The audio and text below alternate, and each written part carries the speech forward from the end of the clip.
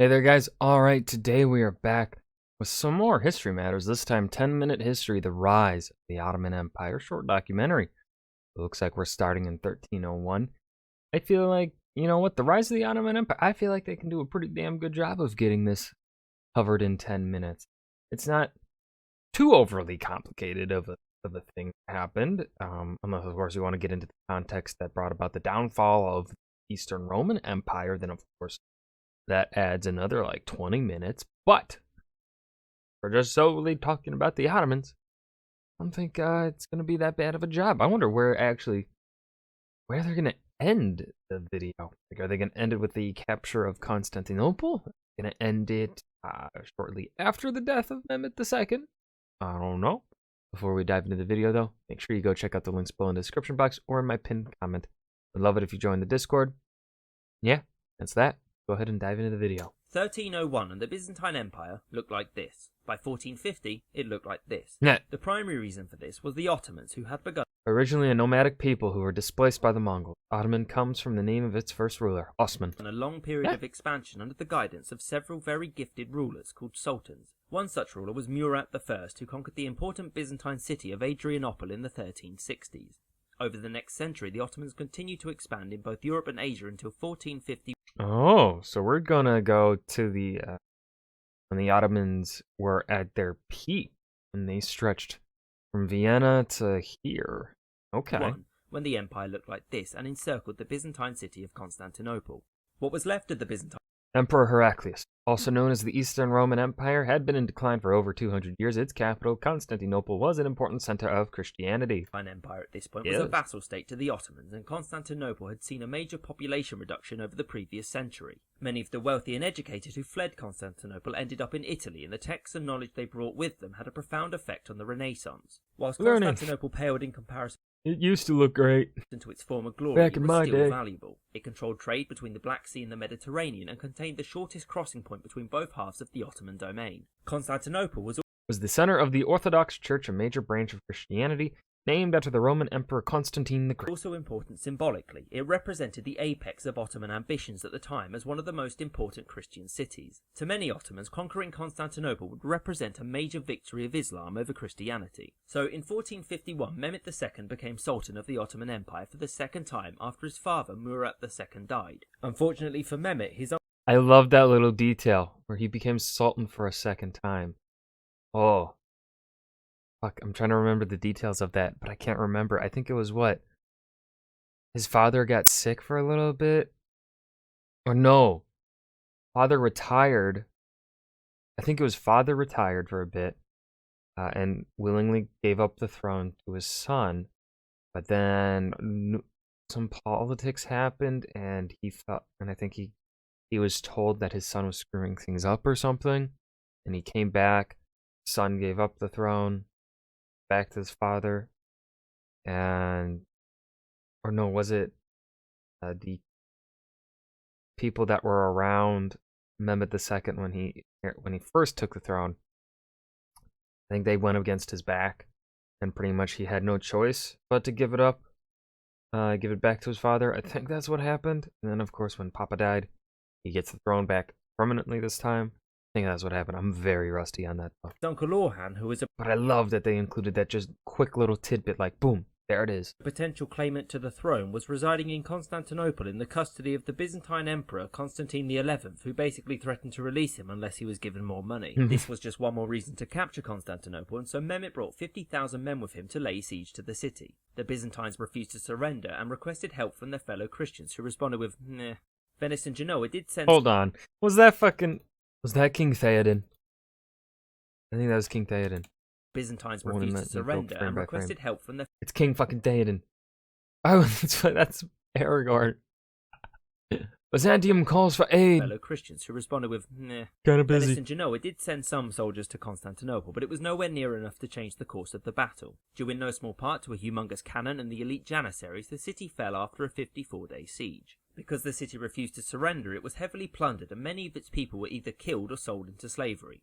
Mehmet made sure that certain parts of the city, such as the Hagia Sophia, were spared, since he intended on more like Constantinople, am I right? Ooh, got him. making Constantinople the Ottoman capital. The fall of Constantinople Maybe we should have helped.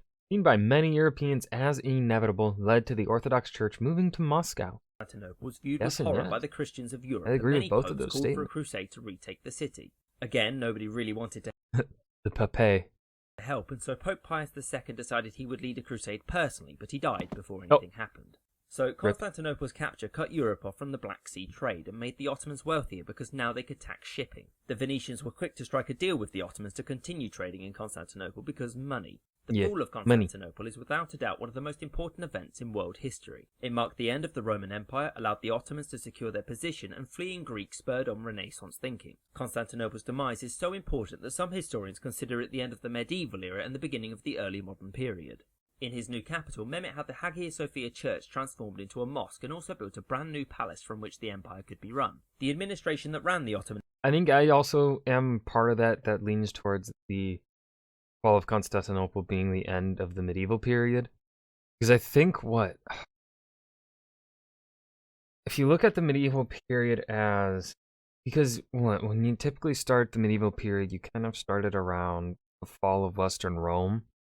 So the fall of Rome, the fall of one Rome begins the early medieval period, and then the fall of the other half of Rome becomes the end of the medieval period. That kind of feels like a really good, break points. Also kind of poetic in a way too.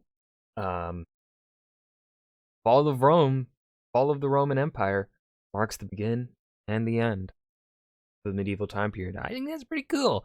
What else was I gonna say? I don't remember what I was gonna say. But also the medieval period's pretty long because then it goes from 500 to 1453, and that's nearly 1,000 years. Even though some people put it up until 500 to 1500, keep it nice and even 1,000 years, or like 1493, Columbus sailed the ocean, or is it 1492? I forget the rhyme. Anyways, yeah, I say the fall of Constantinople was the end of the medieval period. That is my belief. The Empire was centered around the Imperial Household, Included those closest to the Sultan, comprised mostly of slaves. which included the Sultan and those closest to him. Immediately surrounding the Sultan was his harem, his personal household, in which lived many concubines by whom he would have many children. These women were extremely influential, and the Sultan's favourites could often give their children much better chances. The Sultanate did not simply pass from father to eldest son like in European monarchies. After the death of a sultan, his male offspring would often raise armies or assassinate one another for the imperial crown. The Sultan could pick favourites though, and would often place his preferred heir near the capital so that news of his death would reach them first. Also inside the imperial household were eunuchs who were trusted to... Okay, so this is actually not necessarily wrong. The way it was in the early Ottoman Empire, actually, if I'm remembering correctly, feel free to correct me if I am wrong. This is obviously a 10-minute history prize, so it has to be very simplified. But what they're talking about here, I believe, is about the time when the Ottomans started to go on the decline, was when the Sultan started to actually restrict the heirs. Now, I don't think that's necessarily what they were saying here, because the heirs seem to be very involved in politics by being close to the capital. However, in the case of Mehmed II, the greatest of, arguably the greatest of the Ottoman sultans, he's the one that conquered Constantinople. He was given what it was seen for the Ottomans, and which is what typically led to their success so early on in the rise of their empire, is that the heir, the one who is currently being seen as the heir to the Ottoman Empire, and really I think all children of the Sultan would kind of be given positions like this, is that they would be given a province to rule. Would be like a governor or a lord or whatever. They would be given something to control and get some experience, so that when they step into the seat of the Sultan, they are capable of running a government, right? However, what this ended up leading to for the Ottomans is that the children would sometimes either revolt against the empire, or of course, I think it was typically that the children would end up revolting against their own father or something like that. People getting too much power, taking power away from the Sultan, And so the Sultan inevitably, I think this happened after a couple hundred years, I want to say, maybe 100, is that the Sultan ends up like, this no longer becomes a practice, and the children of the Sultan kind of are very restricted, and so now they no longer get the experience to rule an empire. I think that's what happened. Yeah, they are simplifying it here. Of course, understandable why they're simplifying it. To go into the harem for obvious reasons. As well as the eunuchs were the Sultan's slaves, many of whom held very prestigious administrative and military positions. These slaves made up a large chunk of the Ottoman government. The majority of these slaves came through the Devshirme, Was seen by some as the best hope for their child to live a better life. Was a system which promoted stability and loyalty to the Sultan. A system where Christian boys, often from the Balkans, were taken from their families and converted to Islam in order to serve the Sultan. Families were often compensated for this. Give child. Surprisingly, this didn't make up for the fact that they had their children taken from them. It should be remembered that for some, this was seen as the best opportunity for their children to experience social mobility, though. A Christian peasant farmer had nowhere near the levels of opportunity that a slave in the Sultan's household would. So the Devshirme had two outcomes. The smarter ones would become administrators, some of whom became extremely powerful. Others would be forced to join the Janissaries as infantrymen. In many respects, this method of recruitment was a way of taxing non-Muslims in the empire, and also got around Islam's ban on believers. Muslims becoming slaves. Not okay. Slaves becoming Muslim. That's okay. Enslaving each other. However, the Ottomans were in some respects more tolerant than others when it came to religious differences, and providing they paid taxes and stayed loyal, Christians and Jews could live mostly under their own rules. So just beneath the Grand Vizier oversaw the day-to-day running of the empire, was sometimes a slave, such as Ibrahim Pasha. Sultan was the Grand Vizier, who was essentially a prime minister. The Grand Vizier was a part of what is called the Divan, which was an advisory council to the Sultan.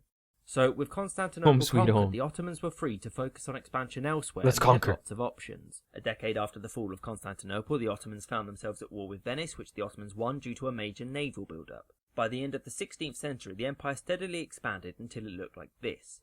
The next major period of expansion began with the ascension of Sultan Selim in 1512. In 1514, Selim went to war with Shah Ismail of the Safavid Empire and was victorious, gaining this territory. Nice. 2 years later, he turned his gaze to the Mamluks and invaded in 1516, and within a year the Mamluk Empire had collapsed and the Ottomans were in control of all of this territory, notably including the holy cities of Mecca and Medina. Nice. One of the main reasons for victory was that the Ottoman Empire is sometimes called a gunpowder empire. They were early adopters of the new technology. the Ottomans had a much better understanding of gunpowder weapons and, importantly, had more of them. Controlling the two most holy sites in Islam meant that from then on the Ottoman sultans could style themselves as caliph, a successor to Muhammad, giving the sultans a major boost to their prestige. It also meant that the Ottomans were now responsible for keeping the pilgrims to Mecca safe, and thus the identity of the Ottoman state became inseparable from that of Islam itself. This is demonstrated by the fact that the Ottoman crescent is often seen as the symbol of Islam, despite it not having any official symbols. Furthermore, all of this territory meant that the Ottomans had a monopoly on overland trade between Europe and China, which meant that Europeans were incentivized to look elsewhere, mostly west. So, like most mortals, Selim eventually died and was succeeded by his son Suleiman I in 1520. Suleiman I is better known as Suleiman the Magnificent, which will tell you that he was kind of important. Suleiman was quick to follow in his father's footsteps by conquering Belgrade and Rhodes shortly after that. Unlike Mehmet and Selim, Suleiman faced much tougher military resistance in the form of two major opponents. The first was the Habsburg monarchy, led by the King of Spain and Holy Roman Emperor Carlos I, better known as Charles V. The second opponent was Portugal, who by 1520 were well established in the Indian Ocean trade network and weren't keen on the Ottomans being there, or anywhere, really. Stop the first existing. roadblock to Ottoman expansion in Europe was the Kingdom of Hungary, which was led by King Louis II. After the capture of Belgrade, there was no real line of defence against the Ottomans, which meant that it was ripe for the taking. In 1526, Suleiman invaded and at first was met with little resistance. Eventually, the Hungarians faced the Ottoman at the Battle of Mohács.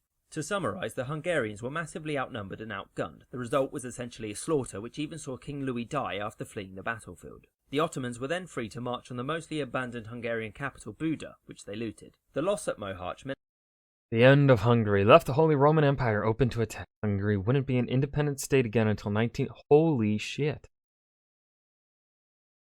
Wow. the end of an independent Hungary. This was a big deal because Hungary was an extremely wealthy and powerful kingdom, and its demise shifted the balance of power in southeastern Europe to the Ottomans. Also, Ferdinand of Austria became the king of Hungary and gained these valuable territories for the Habsburgs. So there was only one response by European rulers to the fall of Hungary. To use a technical term, they bricked it. The Ottomans were now able to strike at the heart of the Austrian realm, which they did in 1529 when they laid siege to Vienna. This siege failed, and by Good job. 1541 the borders between the Ottomans and Habsburg had largely stabilised. In the decades following Mohács, the Ottomans expanded their holdings in North Africa, which soon included what is known as the Barbary Coast, from which pirates preyed upon European shipping. These territories were kept in line by the huge Ottoman navy, which was vital to protecting the empire from powerful Christian navies such as those owned by Venice or Spain. The mid-16th century saw a major uptick in the number of naval clashes between Christian Europeans and the Ottomans. Ottoman setbacks included failing to break the Portuguese hold over the Indian Ocean and its failure to capture Malta in 1565 despite having a massively superior force. The Ottoman advances into Europe were beginning to stall, and this was made worse by the death of Suleiman the next year. He was succeeded by Selim II, better known as Selim the Drunkard, because apparently magnificence isn't hereditary. Much like his father, Selim expanded the empire and began a campaign to increase Ottoman influence over the Mediterranean. In 1570, the Ottomans seized Cyprus from Venice, which gave them a firm grip over the eastern half of the Mediterranean. This left the Ottomans free to expand into the western Mediterranean, which worried the Christian powers, notably the Papal States, which were not keen on the idea of an Ottoman fleet turning up on their shores. After a plea from Venice, Pope Pius V formed the Holy League to challenge the Ottomans.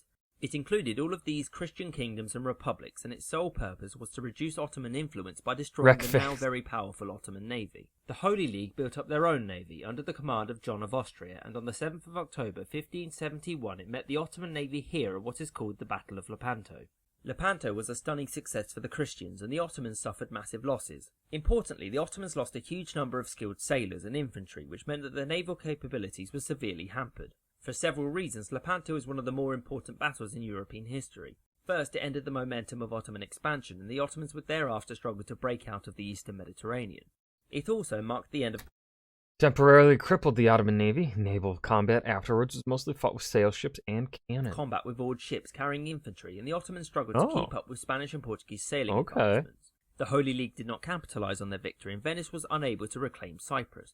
The Ottoman Empire had been slowed, but ultimately it stood just as strong as ever. In conclusion, the rise of the Ottomans is one of the most compelling and important events in European, Asian and African history. The Ottoman Empire swelled rapidly, swallowing empires, taking holy cities and amassing unmatched wealth. The Ottoman expansion gave way to the Renaissance, the discovery of America, and by destroying Hungary inadvertently increased the power of the Habsburgs. This great expansion was overseen by a complex and highly efficient bureaucracy and enforced by a strong military. However, many of those who served in these ultimately did so against their will, at least initially. I hope you enjoyed this. I think might be my best they're my favorite 10-minute history that they've made so far. This one was really well made. This one was honestly perfectly paced.